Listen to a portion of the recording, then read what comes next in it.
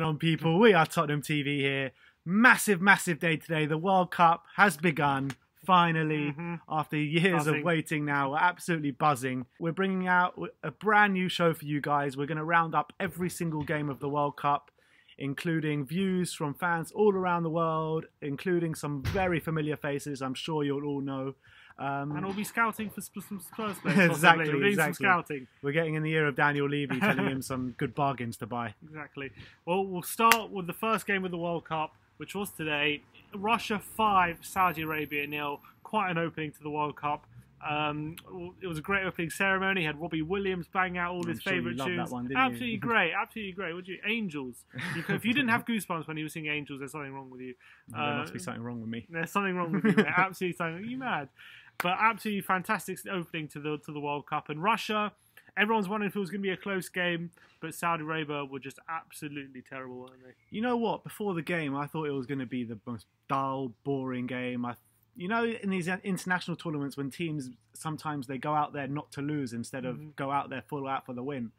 And it happens a lot. I remember, I think it was the last World Cup or the World Cup before, there was like every game was either 0-0, 1-0, 1-0. But this was like a breath of fresh air, like attacking from the Russians, poor defending from the Saudi, like really poor defending. And they were very naive as well. They didn't play defensively at all. They also went for quite attacking, and they were truly awful. They were like a League Two side, not like it was terrible. Positional play was awful, wasn't and then not only that, technically as well, I thought they were pretty poor. They couldn't have a first touch. Their passing was very bad. But you got to give it to the Russians. They came out, they scored some quality goals. Amazing goals.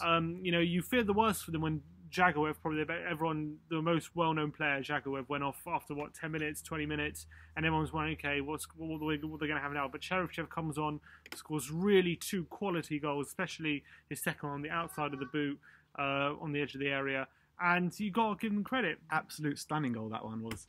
I was quite disappointed with Smolov, actually, the striker for Russia. He's got a good reputation. I've seen him play a couple of good games before as well.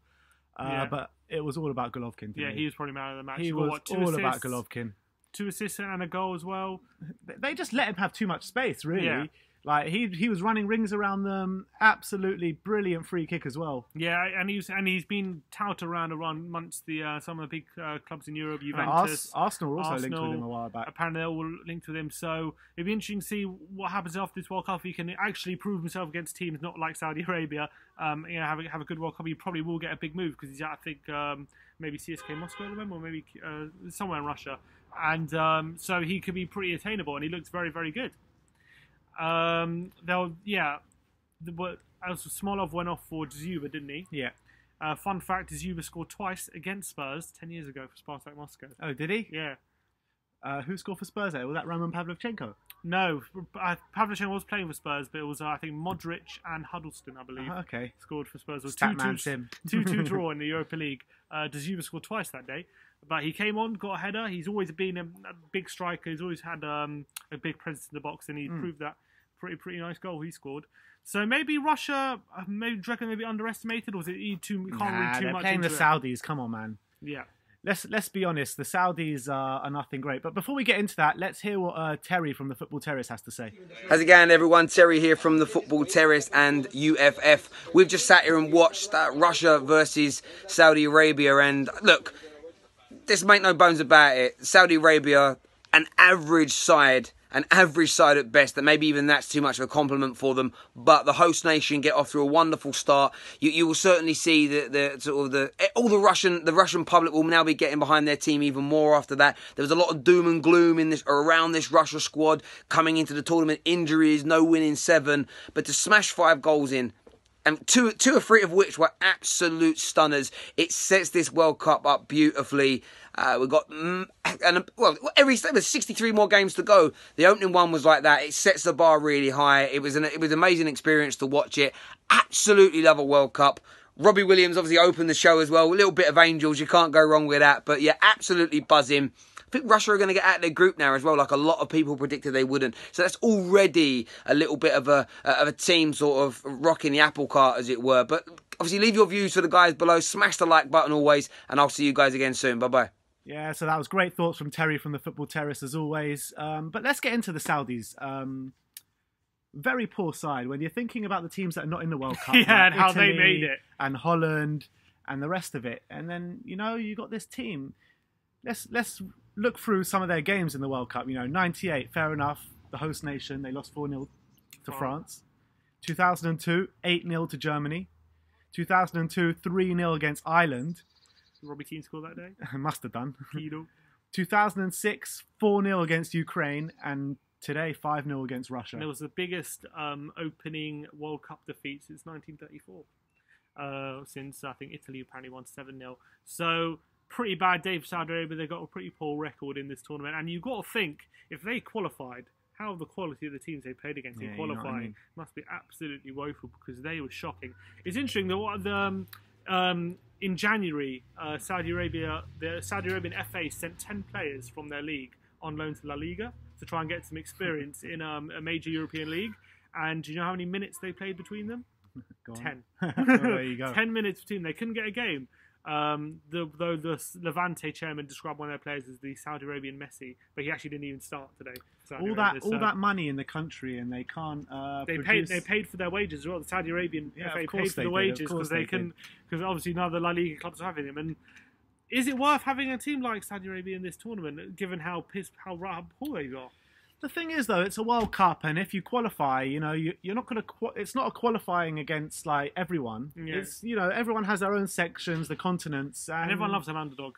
Yeah, and Saudi Arabia must be the best in that continent. Unbelievably, I don't know how.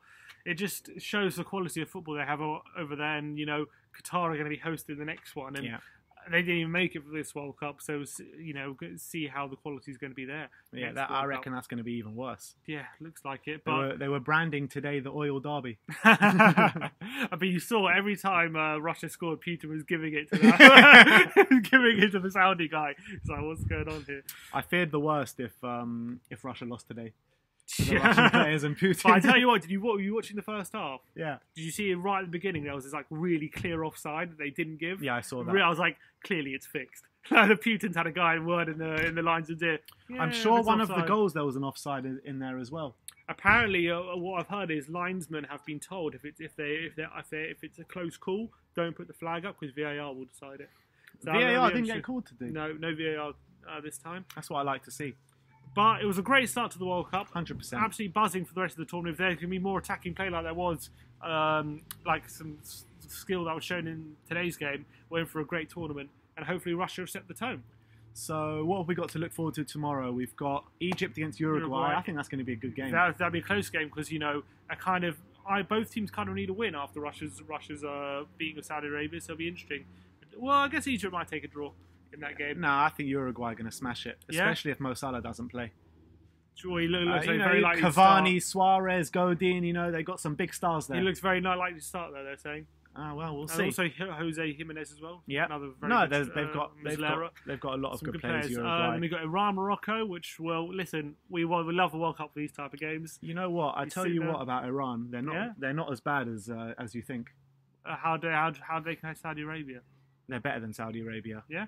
Iran have a very good defence, and they usually kind of win 1-0 or draw 0-0. So it could be a bit of a dull game tomorrow. People are saying Morocco are an attacking side. Are quite not bad. They got Ziyech from watch out for him. Yunus Belhanda as well. Yeah. They've got a decent couple of good players there, so maybe it could be an interesting game. And obviously the big one in the evening, Portugal versus Spain. Everyone's looking forward to that one. Absolutely a massive game. Everyone's interested to see how Spain are going to get on after sacking their manager just before the World Cup, how that's going to affect them. And you know what? Spain, after they sacked their manager, they went from, I think, 3 or 4 to 1 to win the World Cup to 7 to 1.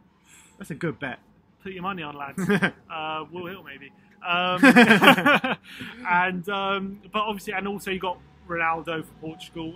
Everyone's excited always to see him in a World Cup. He won the Euros with Portugal last time out. He scored quite a few goals that tournament. And so it'll be interesting to see how it goes on. Swan. Yep, Ilies's last performances. It's going to be interesting to see how it all plays out. It's the first big game of the tournament, so first real big game, so really excited for that one. So we'll be having videos daily, so check out the channel, like and subscribe. Let us know what you thought of the Russia game. Let us know what you thought was your man of the match. And as always, come on, you Spurs!